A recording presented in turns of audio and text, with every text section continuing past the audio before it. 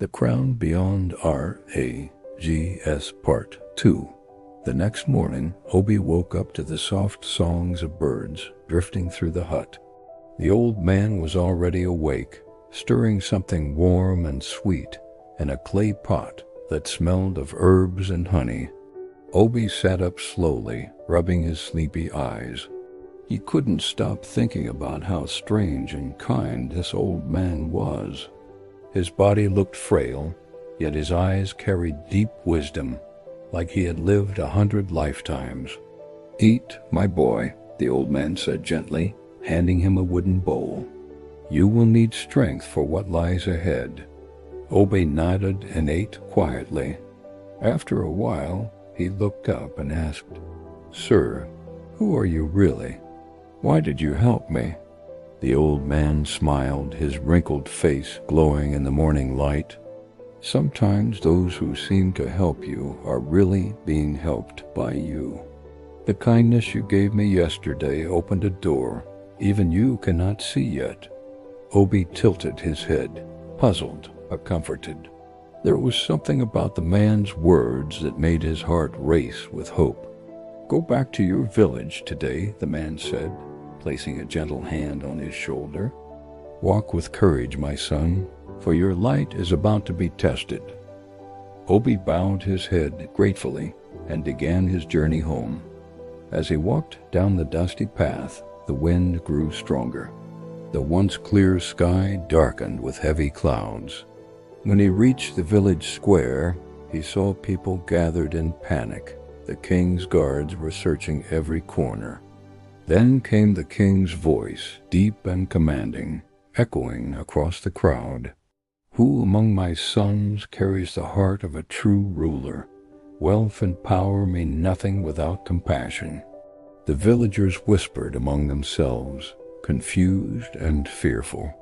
Obi, with his bare feet and worn yellow shirt, stood silently at the edge, watching. Something inside him stirred, a quiet courage he had never felt before.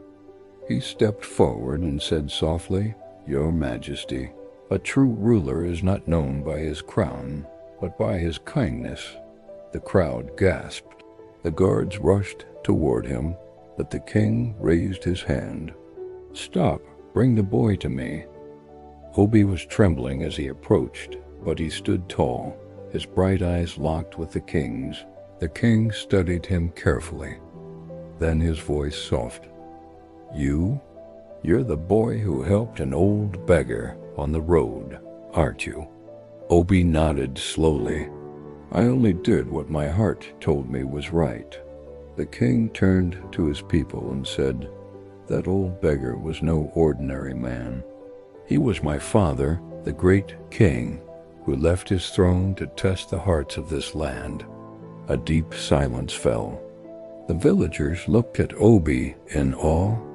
"Yes," the king continued, "my father told me of this boy, the one who lifted him up when others walked away. The throne does not belong to the proud, but to the pure." The king removed his golden ring and placed it in Obi's trembling hand. "From this day forward, you are a prince of this kingdom. For royalty is not about riches or clothes, it is about the heart." Tears rolled down Obi's cheeks. The same villagers who once mocked his family now bowed before him. He looked up at the sky and whispered, "Thank you, old man, wherever you are." At that very moment, far away by the edge of the forest, the old man stood watching. His torn agbada shimmered faintly in the sunlight as his body began to fade into golden mist. His voice echoed softly through the wind. "True greatness is not found in wealth, but in the heart. Kindness is the crown that never fades." And from that day, Obi's name became a song in the village, the boy who wore the crown beyond rags. Moral Lessons 1. True greatness is not found in wealth, but in the heart. 2. Kindness to strangers can open doors you never imagined. 3. Never look down on others because of their status. Destinies are often hidden in unexpected places. 4. Compassion is the true test of character. 5.